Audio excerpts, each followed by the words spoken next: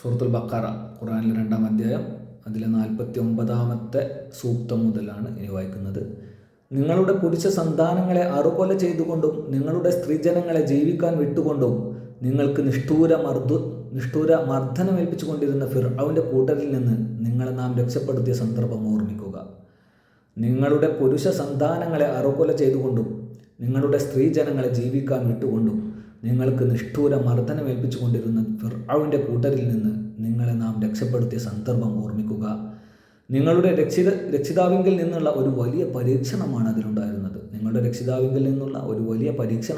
അതിലുണ്ടായിരുന്നത്. കടൽ പിളർന്ന് നിങ്ങളെ കൊണ്ടുപോയി നാം രക്ഷപ്പെടുത്തുകയും നിങ്ങൾ കണ്ടുകൊണ്ടിരിക്കെ ഫിർഔന്റെ കൂട്ടരെ നാം മുക്കിക്കൊല്ലുകയും ചെയ്ത സന്ദർഭവും ഓർമ്മിക്കുക. മൂസാ നബിക്ക് 40 രാവുകൾ നാം നിശ്ചയിക്കുകയും അദ്ദേഹം അതിനായി പോയ ശേഷം നിങ്ങൾ അക്രമമായി ഒരു കാളക്കുട്ടിയെ ദൈവമായി സ്വീകരിക്കുകയും ചെയ്ത സന്ദർഭവും ഓർക്കുക.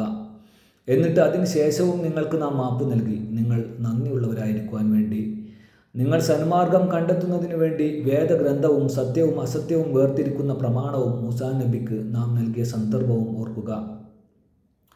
എൻ്റെ സമുദായമേ, കാളക്കുട്ടിയെ ദൈവമായി സ്വീകരിച്ചത് മുഖേന നിങ്ങൾ നിങ്ങളോട് തന്നെ അന്യായം ചെയ്തിരിക്കുകയാണ്. അതിനാൽ നിങ്ങൾ നിങ്ങളുടെ സൃഷ്ടാവിലേക്ക് പശ്ചാത്തപിച്ച് മടങ്ങുകയും പ്രായശ്ചിത്തമായി നിങ്ങൾ നിങ്ങളെ തന്നെ നിഗ്രഹിക്കുകയും ചെയ്യുക. നിങ്ങളുടെ സൃഷ്ടാവിൻ്റെ അടുക്കൽ അതാണ് നിങ്ങൾക്ക് ഗുണകരം എന്ന് മൂസ തൻ്റെ ജനതയോട് പറഞ്ഞ സന്ദർഭവും ഓർമ്മിക്കുക. അനന്തരം അള്ളാഹു നിങ്ങളുടെ പശ്ചാത്താപം സ്വീകരിച്ചു. അവൻ പശ്ചാത്താപം ഏറെ സ്വീകരിക്കുന്നവനും കരുണാനിധിയുമത്രേ. ഓ മൂസ, ഞങ്ങൾ അള്ളാഹുവെ പ്രത്യക്ഷമായി കാണുന്നതുവരെ താങ്കളെ ഞങ്ങൾ വിശ്വസിക്കുകയേ ഇല്ല എന്ന് നിങ്ങൾ പറഞ്ഞ സന്ദർഭം ഓർക്കുക. തന്നിമിത്തം നിങ്ങൾ നോക്കി നിൽക്കെ ഇടുത്തി നിങ്ങളെ പിടികൂടി. പിന്നീട് നിങ്ങളുടെ മരണത്തിന് ശേഷം നിങ്ങളെ നാം എഴുന്നേൽപ്പിച്ചു, നിങ്ങൾ നന്ദിയുള്ളവരായി തീരാൻ വേണ്ടി.